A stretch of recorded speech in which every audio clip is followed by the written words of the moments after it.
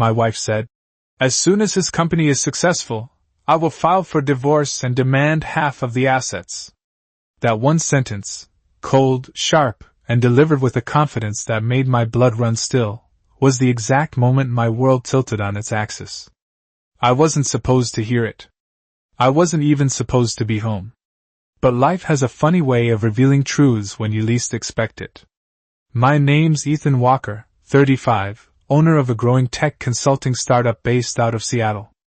Married for 5 years to a woman I thought I understood, until that night. It was around 8 p.m. when I stepped into the house. I'd come home early from a client meeting that wrapped ahead of schedule. Lauren, my wife, was upstairs. The bedroom door was cracked open just enough for her voice to drift down the hallway. I didn't mean to stop walking. My feet just froze. Her voice was crystal clear, smooth as glass yet cutting like a blade. Mom, I'm not kidding. His accountant said the valuation will cross 7 figures next year. That's when I'm filing. Maximum payout. My lawyer is already preparing everything. I felt something tighten inside my chest, fear, disbelief, betrayal, twisting together until I couldn't tell where one feeling ended and the next began. Her mother's voice crackled through the phone's speaker. Are you really sure you want to do that? Lauren let out a soft laugh, the kind you give when you're reassuring someone that you've thought something through very, very carefully. Of course. I've supported him for 2 years, Mom. Stayed home, handled the house, played the good wife while he built this thing. I deserve my half, and alimony. My lawyer says I have a textbook case.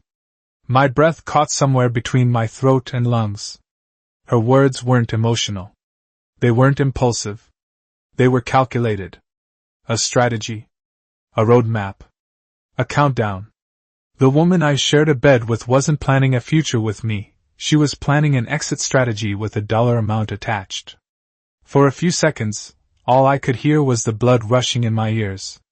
My vision blurred around the edges, and the hallway felt unbearably small, like it was closing in on me. I remember blinking slowly, forcing my breathing to steady, and walking backward one step at a time, careful not to make a sound. I slipped out through the front door and sat in my car with the engine off. I didn't scream. I didn't cry. I didn't even curse. I just felt hollow. As if someone had scooped out the inside of me and left the shell to sit in a quiet car under a darker than usual sky. Minutes passed. Maybe hours. I couldn't tell. When I finally drove away, I circled around downtown aimlessly, letting the city lights blur through the windshield, while the weight of her words replayed over and over like a broken record. By the time I got home at 10 p.m., I had mastered the art of acting normal. Lauren greeted me with a gentle smile, kissed my cheek, and asked about my meeting as if she hadn't just detonated our marriage hours earlier. I matched her energy. I played along. I buried everything deep enough to function. Because now I needed clarity, not emotion. That night I lay beside her while she slept soundly, breathing steady, peaceful, untouched by guilt. Meanwhile I stared at the ceiling, chest tight, mind racing, replaying every conversation from the past year under a new, unforgiving lens. At 3:04 a.m., I sat upright in bed with a sudden, icy calm settling over me. She had a plan. So did I. I slipped out of bed, padded barefoot to the kitchen, poured a glass of water, and stared out the window at the empty street. If she wanted to play this like a business move, she had no idea who she was dealing with. At 7 a.m., I called my dad, retired consultant, former business owner, the one person who could help me navigate a storm like this without drowning. He picked up on the second ring. Dad, I said quietly, gripping the phone with both hands, I need your help. Today. It's urgent. He heard something in my voice. Something I wasn't used to letting anyone hear. I'll be there in 2 hours, he replied. No questions. When I hung up, Lauren walked into the kitchen in her yoga clothes, smoothie in hand, scrolling her phone, oblivious to the fact that everything had already changed. Morning, babe, she said lightly. You're up early. I smiled at her, calm, steady, unreadable. Yeah, I said. Big day. Big, didn't even begin to cover it. My dad arrived at exactly 9 a.m. Punctuality was his love language long before I ever understood it. He didn't storm in or demand explanations. He just stepped into the living room, set his keys quietly on the table, and looked at me with that calm, knowing expression I'd seen since childhood. "Tell me everything," he said. So I did. Every word I overheard. Every text I found after she left for yoga class. Every screenshot Lauren had forwarded to her lawyer, business bank statements, revenue projections, valuation documents I didn't even realize she had access to. The more I talked, the more still my dad became, like he was gathering each detail and filing it into some internal system only he understood. When I finished, he exhaled long and slow. "You know," he said quietly, "what you're proposing, it could get messy. I know. It could backfire. I know that too." He leaned back, steepling his fingers. "But it's not illegal," I added before he could say it. "I'm not hiding assets. I'm restructuring. Legally." He studied me, the way a doctor examines a patient before delivering a diagnosis. "All right," he finally said. "Let's call my attorney." The moment he said it, something in my chest loosened, like I finally had ground beneath my feet again. By noon, we were on a conference call with his attorney, a no-nonsense woman named Ruth Avery, who'd been practicing business law longer than I'd been alive. She listened quietly as I laid out the situation and remained silent for several seconds after I finished. Then she said, "We can do this." My heart thudded. "But," Ruth continued, "if your wife's lawyer catches wind of the timing, they'll argue fraudulent transfer. We need documentation. A trail. Emails showing this was discussed long before marital conflict." I nodded. "We'll create a clean, legitimate narrative," I said. "Mentorship. Management restructuring. Growth complications. My dad taking over operations." My dad gave a small, approving nod. Ruth wasn't smiling, but I could hear the faintest spark of interest in her voice. "You'll need to sell the business to your father for a nominal price.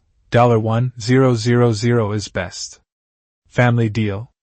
But you will also have to step down as owner, step back from salary, and legally categorize yourself as..." She paused. "An unpaid intern." The word intern stung worse than the divorce threat. But necessary was necessary. "Fine," I said. By 5 p.m., the documents were drafted, transfer of LLC ownership, client contracts reassigned to my father, intellectual property rights transferred, business accounts moved, and formal restructuring notes explaining the decision in meticulous detail. We printed everything, signed everything, notarized everything. When the last signature dried, something inside me shifted, like the quiet, controlled click of a safety being switched off. It was done. My business, my creation, was no longer legally mine. Which meant it was no longer hers either. That night, Lauren walked through the front door humming, a bag of groceries in her arms. I was sitting at the dining table reviewing some notes with my dad. "Oh. Hey," she said, surprised. "Didn't know we had company. Dad stopped by to help with something," I replied smoothly. My dad closed the folder and stood. "We'll talk more tomorrow," he said, giving me a firm pat on the shoulder before leaving. When the door shut behind him, Lauren turned to me, smiling. "How was your day?" I looked right at her, steady. "I made some business decisions." She paused mid-step. "Okay, like what?" "My dad's taking over the company. Ownership, operations, everything. I'm working under him now. Learning the scaling process." Her expression stiffened. "You sold your company? To your dad?" "Yeah," I said casually. "Closed today." Her face strained of color, like someone had unplugged her from a power source. "For how much?" she whispered. $1,000. She blinked once. Twice. A third time. "You sold the nearly $1 million company to your father for $1,000? A projected $1 million company." Projections aren't valuation, I said calmly. Right now, it's worth what it's worth. Plus, he's mentoring me. Family deal? She stared at me, chest rising and falling faster than normal. I need to call my mom, she muttered, rushing to the bedroom. The moment she closed the door, her voice exploded through the wall. He sold it. He sold it, Mom! No, he only got 1,000, yes, 1,000. I don't know what the hell he's doing. No, I didn't know. Of course I didn't know. I heated leftovers, ate quietly, watched a rerun of a late-night show, then went upstairs and slept like a baby. Lauren slept in the guest room. Good.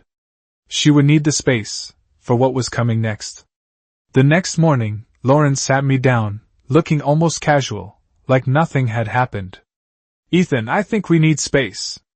Our marriage isn't working, she said, rehearsed calm in her voice. I'm filing for divorce. I nodded, quiet, letting her words land. We'll need to divide assets, the house, savings, your business. I took a deep breath. I don't own a company anymore. It's my dad's now. Her jaw tightened. We'll see what my lawyer says, she muttered and left for her mom's house. 2 days later, she filed papers. Her lawyer demanded a full business valuation, client contracts, tax returns, the works. I handed over the documentation, the sale agreement, emails showing months of planning with my dad, and my unpaid intern status. Her lawyer sputtered. This is asset hiding. Fraudulent transfer. My attorney calmly explained the restructuring, mentorship arrangement, and documented legality. 2 weeks later, the court ordered mediation. Her initial demands were sky-high, $400K, half the business. We countered with $50,000 from my dad's proceeds. After 3 tense sessions, the number settled at a structured $175,000, $75K upfront, $50,000 in 6 months, $50,000 in a year. The divorce finalized. No alimony beyond that, since I had no income. The business legally belonged to my dad, with a buyback agreement in 3 years for $1,000.